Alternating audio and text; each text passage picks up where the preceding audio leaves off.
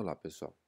Vamos gravar então essa aula que é sobre os exercícios sobre as centrais hidrelétricas, né? Então, eu vou deixar ela gravada para vocês.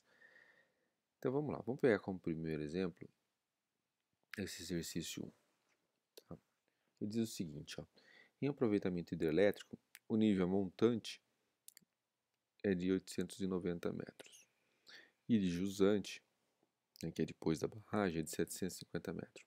O que a gente sabe desse rio é que a vazão é de 60 metros cúbicos por segundo e que o comprimento equivalente da encanação e o diâmetro são, são de 1000 metros e o diâmetro desse tubo de adução, né, que leva a água para a turbina, é de 4,5 metros.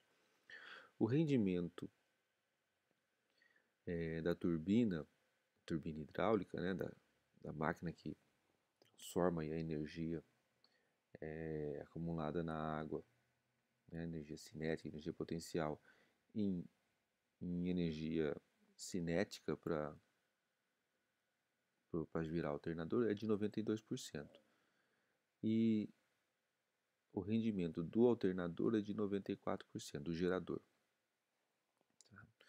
Então, está pedindo para determinar a queda e os trabalhos específicos, bruto e disponível. Já vai ver já o que é isso. As potências, né, bruta, disponível e no eixo e elétrica. O rendimento do sistema de admissão e o rendimento total. E a consideração inicial aqui é para assumir aqui o encanamento sendo de aço soldado, né, o tubo de adução é de aço soldado e ele tem aqui um valor de lambda, né, esses valores vêm das fórmulas hidráulicas, né, de, de, dos encanamentos hidráulicos de encaminhamento da água para a turbina, e esse lambda vale uma consideração inicial vale 115. Tá? Então vamos lá. A primeira situação é a seguinte: a queda bruta é no caso, né? Então vamos considerar que vou chamar aqui o de H top, quer dizer, a cota montante, a cota na parte de cima da barragem, né? Menos a cota de jusante. Tá? Então essa altura vai ser, vamos primeiro calcular essa altura a altura da água, né? Que é a cota superior menos a cota inferior. Tá? Então nós temos lá 890 menos 750, a gente tem 140 metros de altura, tá? Que a gente chamou aqui de H-top. Isso para uma vazão de 60 metros por segundo. Então vamos calcular quanto que são as perdas na tubulação, né? Então a gente tem uma diferença de potencial aí de 140 metros, só que uma parte dessa energia é perdida com a água escoando pela tubulação. Então quanto que é perdido, né, dessa altura, né? Então vamos lá, a gente vai determinar essa perda pelo seguinte, ó.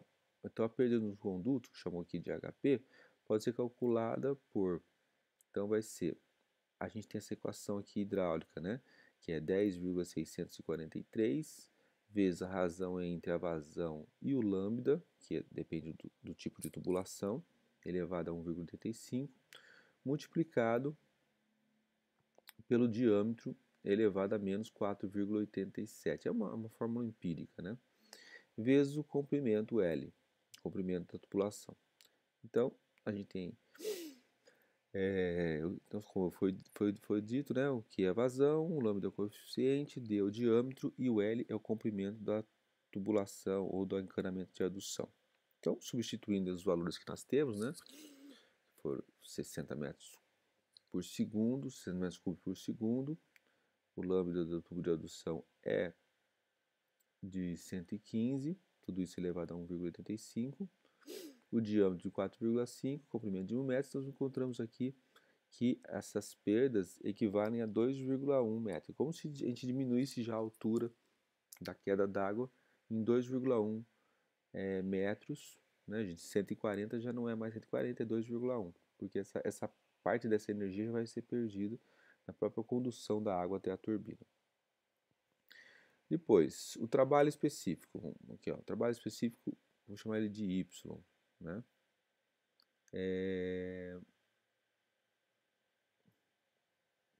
O trabalho específico. Vamos lá. Como é que calcula isso? Vamos pegar a aceleração da gravidade, g, vezes a altura bruta, que é o 140. Né? Então, o trabalho bruto, né? O trabalho bruto vai ser 9,81 vezes 140. Então, a gente tem aqui essa energia potencial aqui de 1.373,4 joule por quilograma. Tá? E agora vamos calcular a disponível, né? Então, eu vou chamar aqui de YD, né? Que vai ser a aceleração da gravidade vezes a altura H menos a perda nos condutos, né? na adução. Então, 9,81 vezes 140 menos 2,1, né? Já desconsiderando a energia que você gasta para conduzir essa água até a turbina. Então, a gente tem aí 1.352,8 joules por quilograma. Tá? Então, essa é a energia por quilograma que a gente tem, que é chamado de trabalho específico, né? Trabalho específico bruto e o disponível. Tá? Tem essa energia disponível aí na entrada da turbina, tá? De 1.352 joule por quilograma. Bom, agora que a gente tem a energia, né, e o trabalho, dá para calcular a potência. Então vamos lá. A potência bruta, que eu vou chamar de PB, é a massa específica da água, né, que geralmente a gente usa a letra ρ, letra grega ρ, vezes a vazão, vezes o trabalho específico bruto. Então essa seria a potência bruta. Bom, substituindo esses valores, a gente sabe que o ρ da água, né, é de 1.000 kg por metro cúbico. Essa é a densidade específica da água. Né?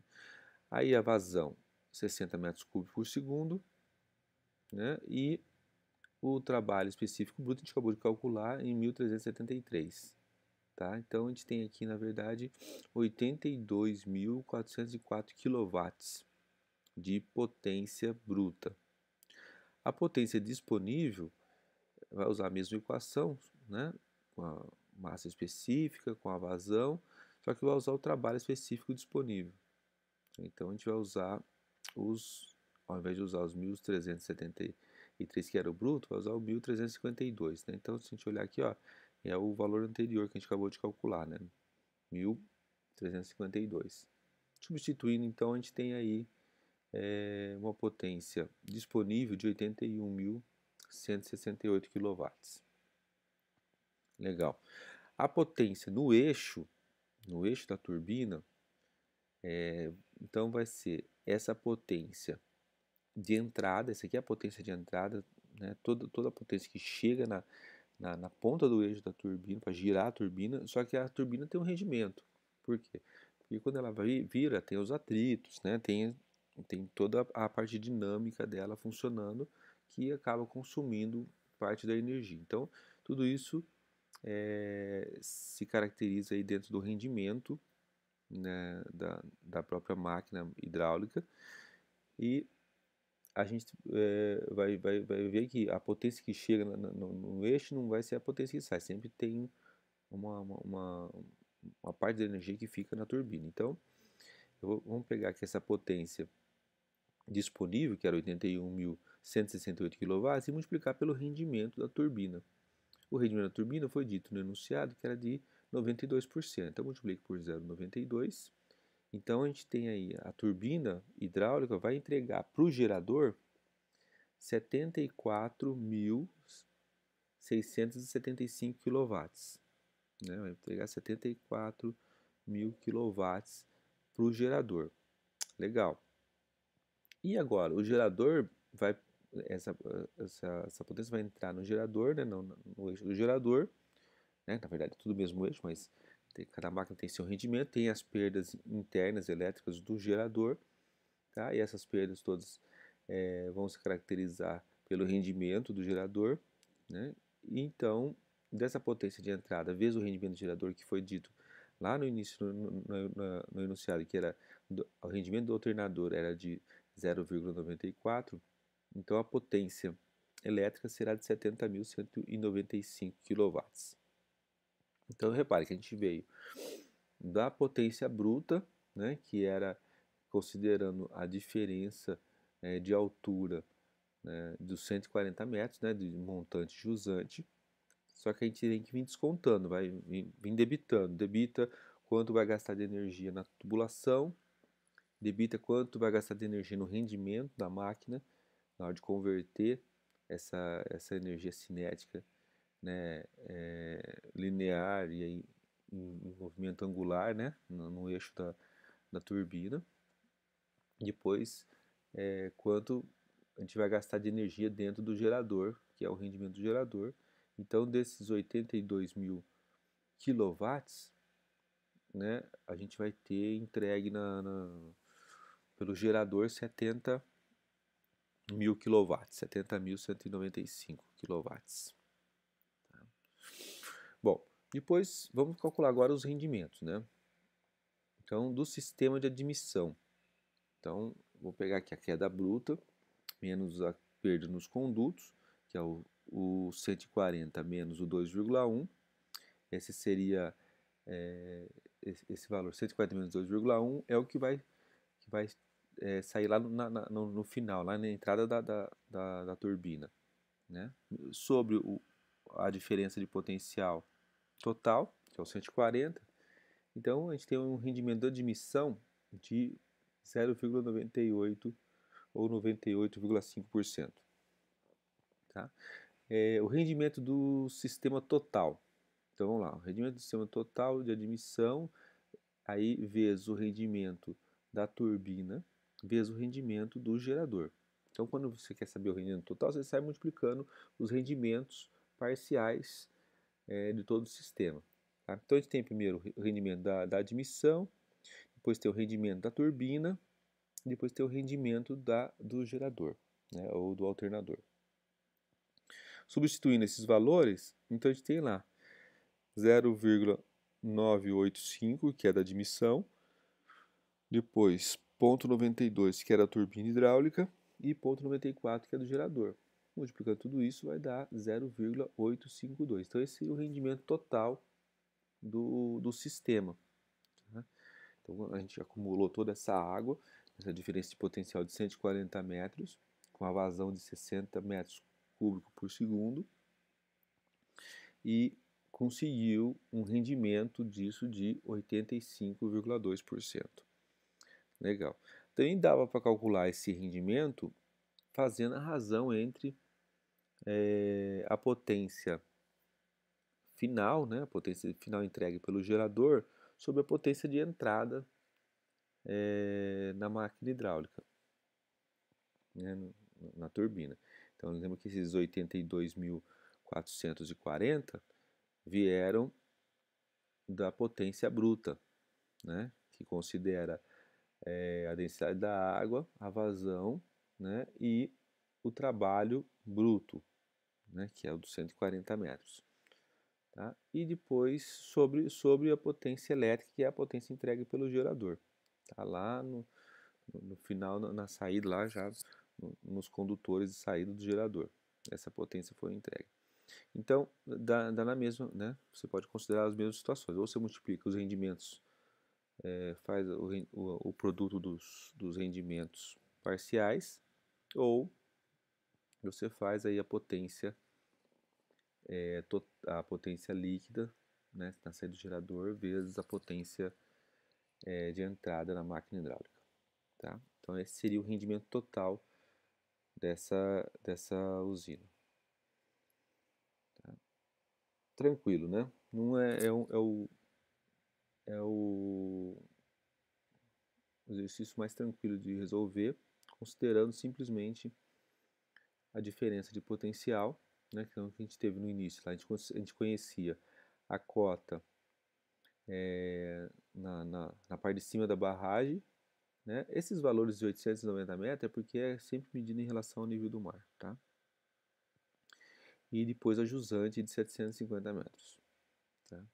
Conhecia a vazão, né? Conhecia o tamanho do encanamento, tanto em comprimento quanto em diâmetro.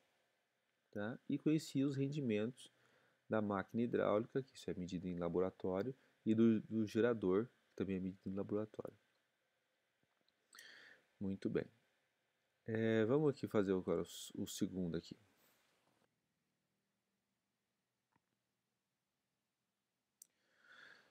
Bom, pessoal, como segundo problema, nós temos aí uma central hidrelétrica possuirá uma turbina France com uma tubulação forçada de 1,3 metros de diâmetro e 920 metros de comprimento. Essa turbina deverá ser adquirida para uma vazão de 9 metros cúbicos por segundo e vai trabalhar com uma queda bruta, né, que é a diferença aí entre montante e jusante, de 110 metros. Vamos admitir um afogamento máximo de 3 metros, sabendo que a altura da casa de máquinas é de 150 metros. Tá? Bom, vamos determinar aqui a altura nominal da turbina, né, em que altura ela vai ficar dentro dessa diferença de cota aí entre montante e jusante, né, a rotação da turbina, e sua rotação específica, e a potência hidráulica no eixo da turbina, supondo que o rendimento é de 92%. Bom, vamos lá. Colocando aqui os dados que foram dados, né, só para ficar mais simples, então nós temos lá a tubulação forçada, esse tipo de tubulação de aço que tem um lambda de 115, como a gente viu no exercício 1, tá? O diâmetro de 1,3 metro, comprimento de 980, vazão de 9 metros cúbicos por segundo e uma altura bruta aí de 110 metros. Muito bem. O afogamento máximo permitido aí é de 3 metros. Né? Então, aqui tem um desenho esquemático sobre essa posição da turbina. Né? Então, você tem aqui a altura, né, o HL, que é a altura total. Você tem aqui o tubo de adução até o tubo de descarga, né? Que é onde ele vai entregar a água de volta a jusante, e a altura da turbina. Tá?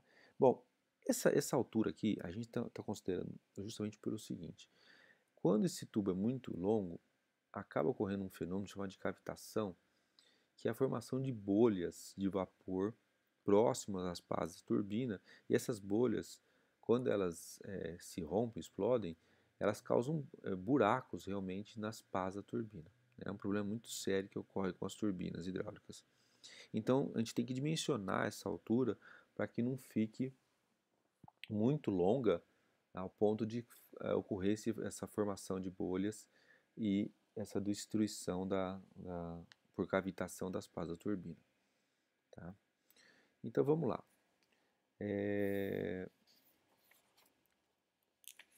Para o cálculo da queda disponível, então a gente tem... bom, a princípio é só colocar aqui essa equação, né, que surgiu, a gente já conhece. A gente acabou usando lá no exercício anterior. Né? Então vamos lá. Para o cálculo da queda disponível, então a gente tem os valores, substituindo os valores naquela equação que a gente já viu no primeiro problema, né? Que era o 10,643 vezes a vazão dividido por lambda elevado a 181,85 vezes o diâmetro elevado a menos 4,85 vezes o comprimento. Tudo isso aqui vai dar aqui um gasto de energia aqui em diferença de potencial, em altura, de 26 metros dentro do tubo de adução. Tá? Então, tirando isso da altura bruta, então a gente vai ter aqui agora uma altura disponível de 84 metros. Tá? Muito bem. Depois, a gente tem lá que uma das fórmulas mais básicas, né?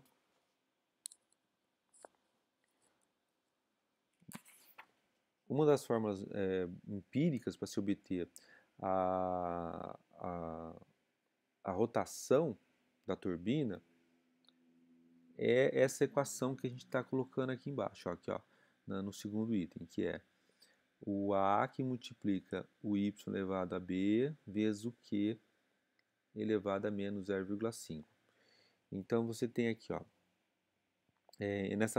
nessa equação, o N é a rotação da turbina em rotações por segundo, o Y, vocês lembram do problema anterior, é aquele produto, né, da aceleração da gravidade vezes a altura disponível, o HD, tá, que a gente acabou de calcular.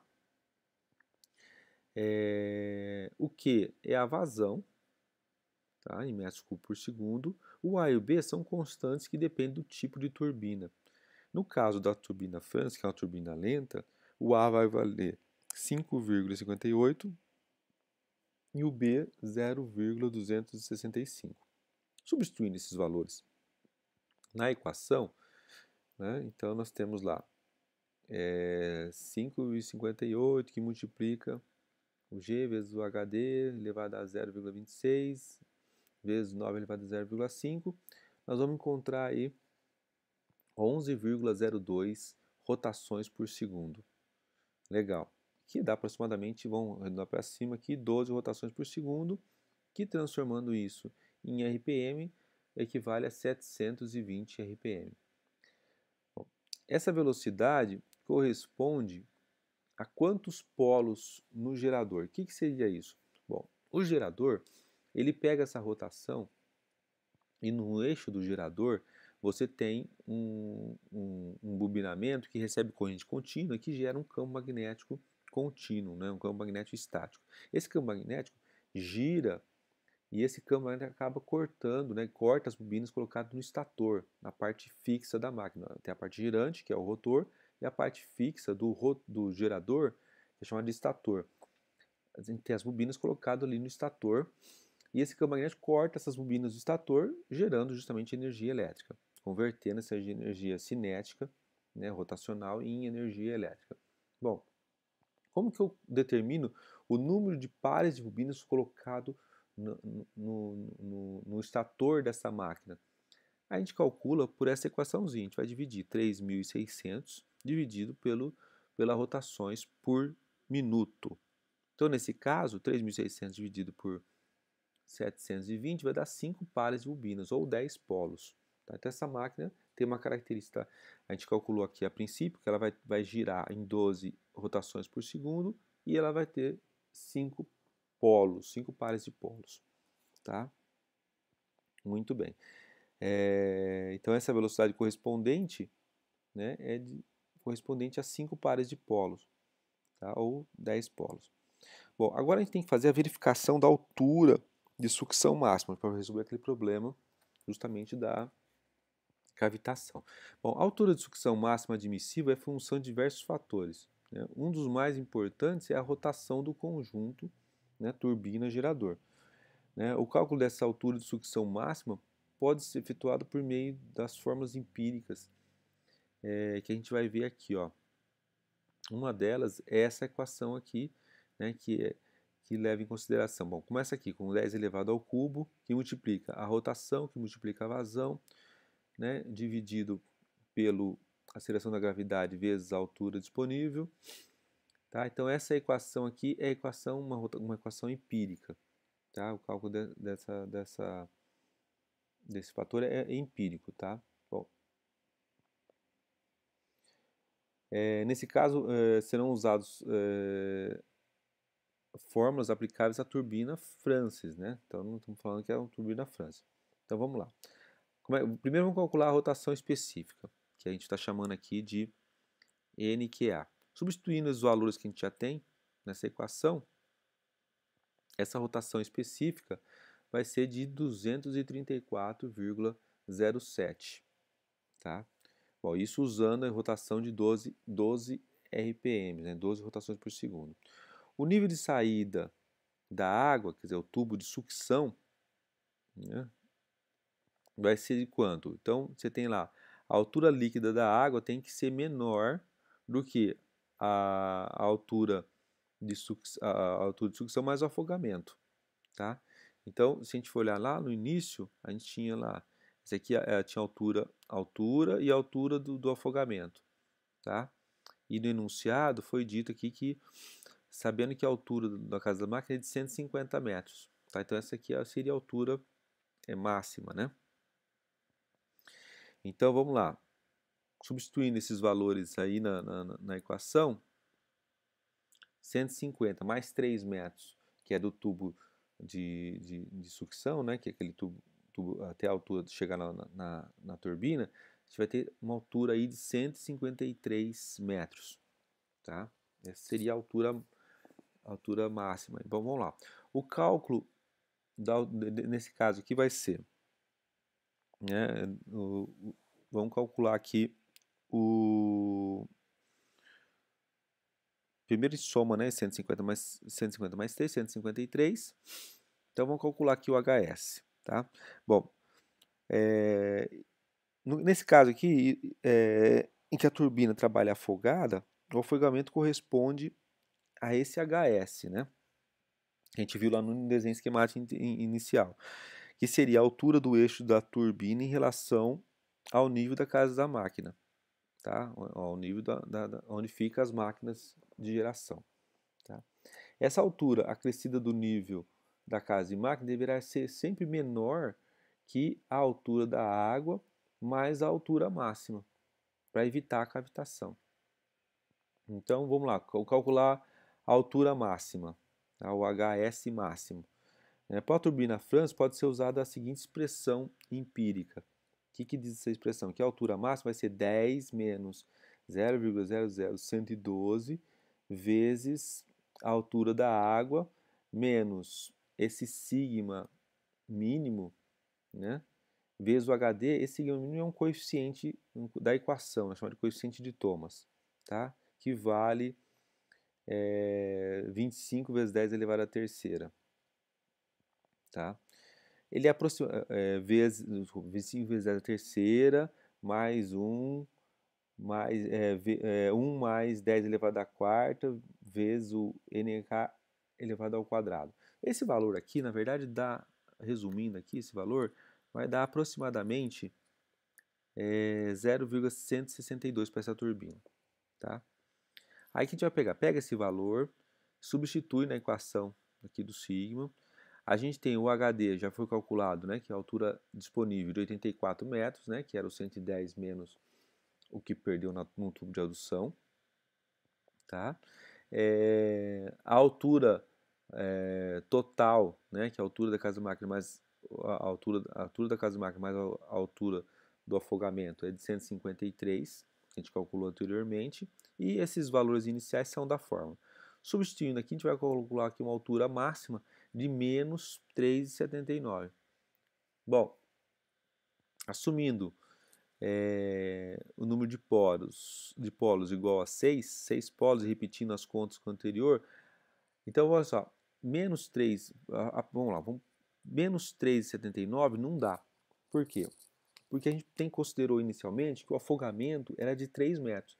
Se vai dar 3,79, vai ocorrer cavitação. Então, a gente não pode.